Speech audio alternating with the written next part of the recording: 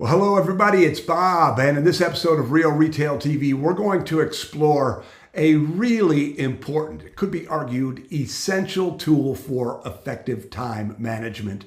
And what I'm talking about is Stephen Covey's 4 Quadrants.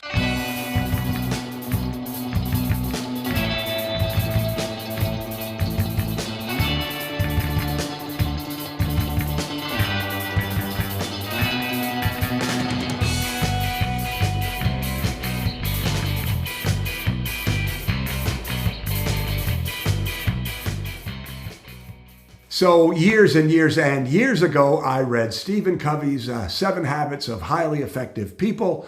In it, I saw his 4 quadrants model, and I was so impressed. It was so important that I wrote it on the back of a Mackinac Kite Company postcard.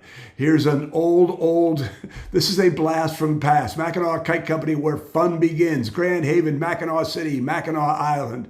The Mackinac City address it's next to McDonald's. But anyway, I'd like you to note that how many holes are in the top here. This whole postcard is littered with holes. And the reason it's littered with holes is because this postcard, the importance of these 4 quadrants, was posted on cork boards everywhere I went, every move I made. And since we had a seasonal store, I moved a lot. So this postcard has been with me for probably 35 years, right? And I continue to use this model. I continue to think this way, and I thought I would share it with you. So on the left side of this is urgent, and on the right-hand side are important. And so let's talk about the 4 quadrants, and I'll share my experiences, things that happened to me in retail in each of the 4 quadrants, and maybe you can think about how this applies to you and your business also. So in the bottom left, I'm learning how to do this, is guilt. And guilt is not urgent and not important. And the thing about guilt is that, well, it's the worst emotion of all.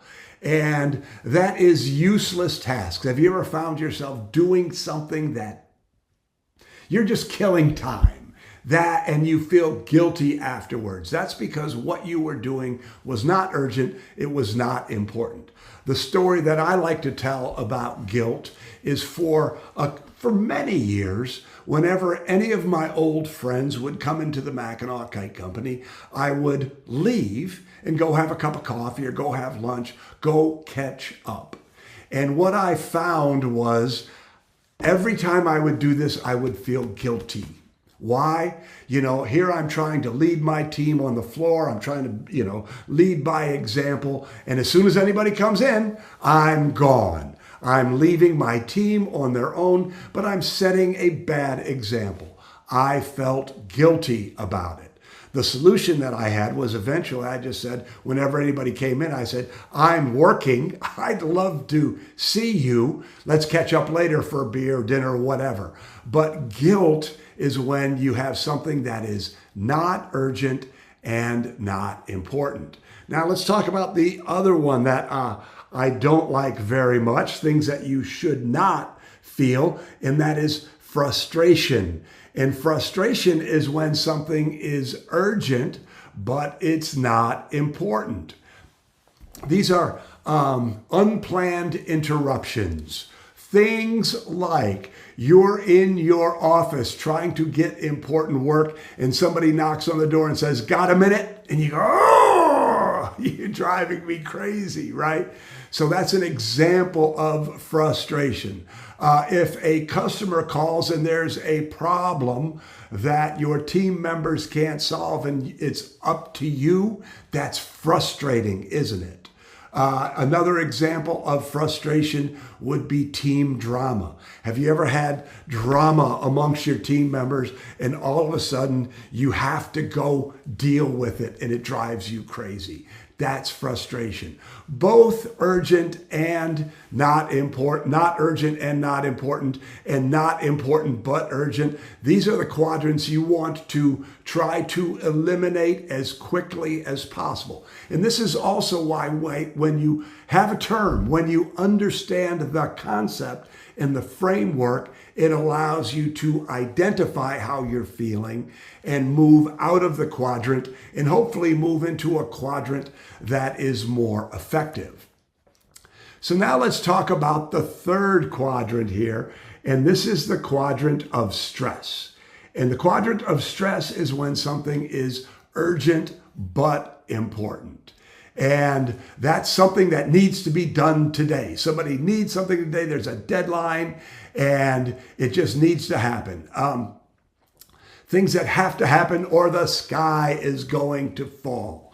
A very, very common stressor for me, something that was very important and urgent was when I needed cash. If you're having cash flow problems and your vendors might be calling you, pestering you for payment, it's very urgent. It's urgent and important that you do what you can to generate the cash to, get your business back where it needs to be. And here's what I find. I find that most retailers live in the quadrant of stress for quite a bit of time in their business.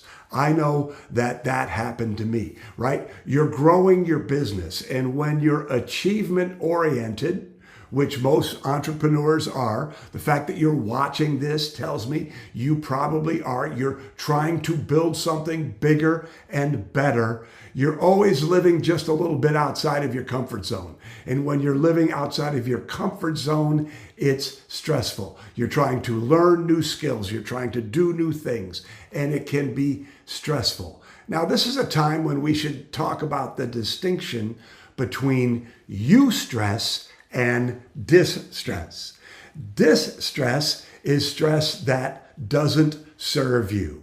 It's when you're stressed and you don't do anything about it. And it starts to wear you down and wear you out. Eustress is good stress. Eustress is, to use a physical metaphor, when you work out at the gym and your muscles are sore, that is eustress. It's good stress. It's causing you to grow in a positive manner. The whole idea of no pain, no gain.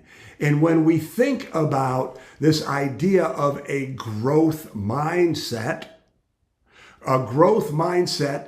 when you have a growth mindset, what that means is that when you see a problem or when you experience stress, you use it as a springboard.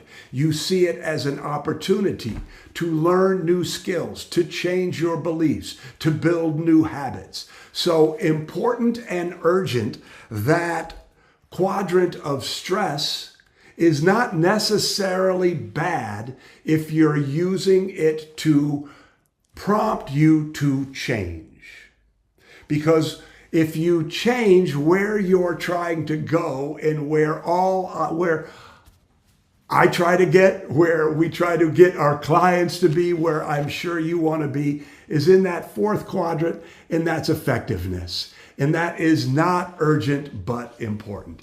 And this is when you are working on your business. This is when you are building your training programs, when you're building your marketing plan, when you're going through, when you're learning. If you have the Retail Mastery System, this is when you're spending time with the Retail Mastery System, learning, growing, getting better. Because what we're trying to do is get to the place where all of the work, I shouldn't say all of, where most of the work you're doing is important work, but it's work that is building towards something better. When you are in front of the game, this is where effectiveness comes in.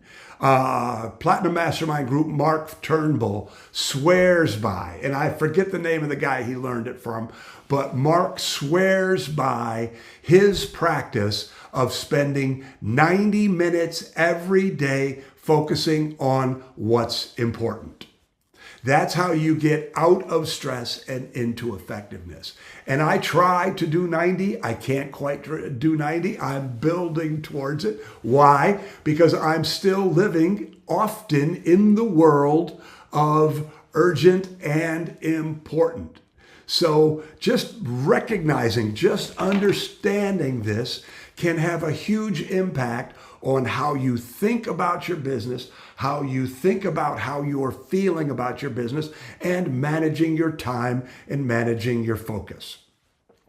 So this is where, and this idea of effectiveness is so important. And that's why Susan and I are going live on October 6th at 1 p.m. And we're going to talk about how do you become more effective? How do you take the 3 moves that every retailer needs to sort of put into their business to make it come together? Mindset, skill set, and structure. And mindset, skill set, and structure, the 3 moves, are like pieces of a puzzle. But the pieces of the puzzle need to be put together to be as effective as possible. And that's what Susan and I are going to be talking about at this Retail Rhythms. Your business has rhythms. Every retail business has a rhythm. The only question is your rhythm smooth and sweet and good, or is your rhythm kind of janky and messed up? But I guarantee you that if you're there live, October 6th, 1 p.m. Eastern, that your rhythms will become smoother, sweeter, and better. So, having said that, 3 action items right now. Number 1, create a sign, a postcard, something like this, and find a place where you can keep it in front of you and keep asking yourself, what quadrant am I in, and what quadrant do I want to be in? Number 2, I would strongly encourage you to order from your local independent bookstore and read The 7 Habits of Highly Effective People. It's still a classic. It is still a great book. I strongly encourage that you read it. And number 3, and this is the most important one, put it on your calendar to be there October 6th. Retail Rhythms, 1 p.m. You're going to love it. Put it on your calendar. Be there live. I am absolutely confident that when you are there at the end of that hour, you're going to go, wow, that was time really, really well spent. All right, everybody, it's Bob, and we will see you next week.